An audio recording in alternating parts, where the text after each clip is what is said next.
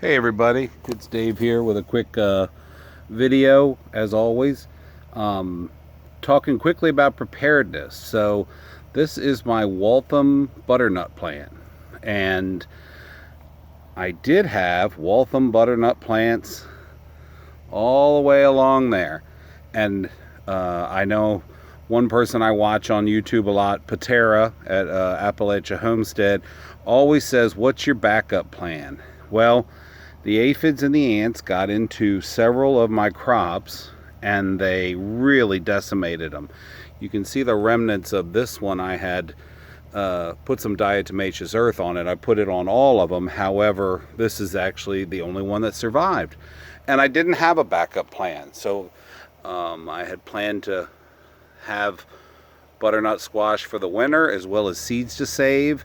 And now that plan is very much in jeopardy. So I guess better late than never. I have ordered some more seeds. However, we're talking today is June 29th. So this is going to take some hope and prayer in order for those to be done and ready to go before the temperatures drop in my area, zone 7B, in the October time range, where it starts really cooling off in the evening. So that's an instance where I wasn't prepared.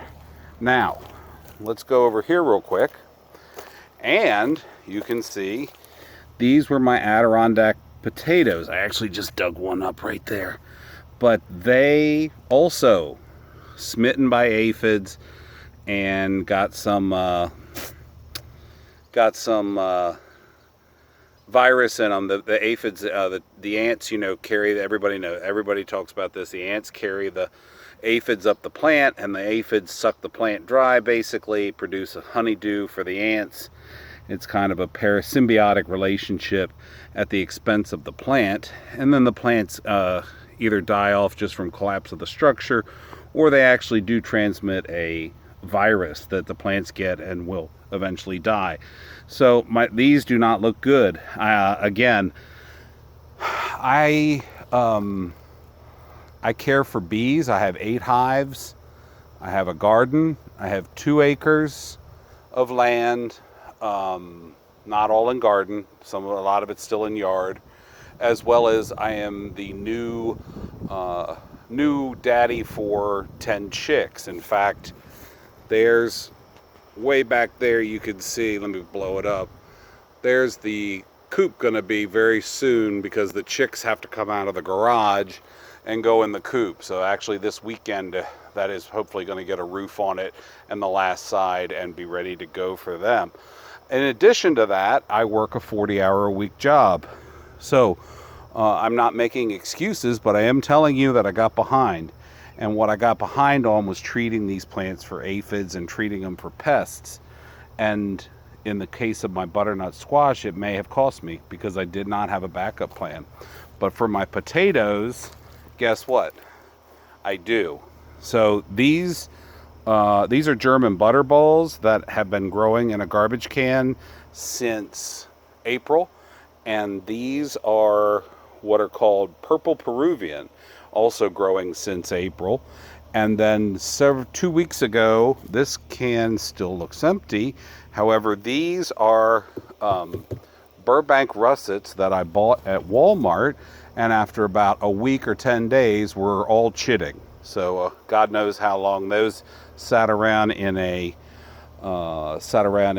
shipping container or in a truck or in the back room of somewhere, but they almost immediately began sprouting. So rather than throw them away, I did what I guess any prepper would do. I tried to turn lemons into lemonade. So we'll see how that goes. It's going to be a bit of an experiment. Burbank russets are an indeterminate potato, so they have sprouted. I'm just waiting for them to show up. If it works, then I may end up far better off than having eaten my 10-pound bag of potatoes. But in this case, I had a backup plan. And because these are being grown in these with new mulch in these containers, they have not been ravaged by aphids and ants the way that the ones that were grown in my one bed were. So I'm going to dig these up. I'll maybe post a quick video later showing how many I got or how many pounds I got. But think of this as the importance of always having a backup plan. It's harped on by so many people. I know I mentioned Patero, but I also watch Steve Poplar Preparedness. He's always talking about what's your backup plan. What are you going to do when something fails or something runs out? And it really is true. You got to have a plan. You got to know you got to know, not necessarily know what you're doing. We all make mistakes, but you got to know what you're going to do if what you're doing first doesn't work, if that makes sense. I hope it does. In any event, I wish you all the best, and I will see you next time. Thank you.